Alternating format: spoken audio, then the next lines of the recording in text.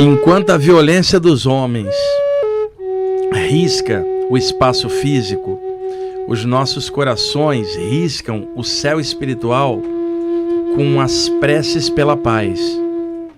Só nosso Senhor é que sabe o real motivo das coisas, e é a Ele que nos remetemos nos momentos difíceis. Que todos nós possamos pensar nisso. E esta é a mensagem deste momento.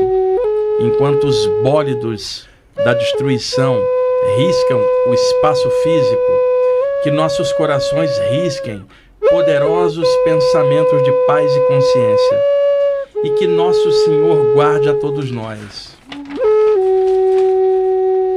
para não sintonizarmos os dramas e medos, para vibrarmos o melhor possível, para abraçarmos aos que sofrem, para trazermos a luz para o mundo, para irradiarmos energias benfeitoras, para, enfim, fazermos o melhor possível, e que, diante das turbulências do mundo, possamos, mais ainda, pensar no bem comum.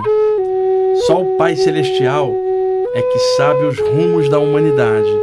Portanto, cabe a nós, estudantes e trabalhadores da seara espiritual, fazermos o nosso melhor.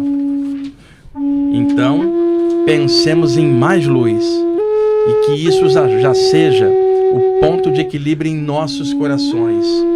Em espírito e verdade, paz e luz. Bem legal. Obrigado pela mensagem aí.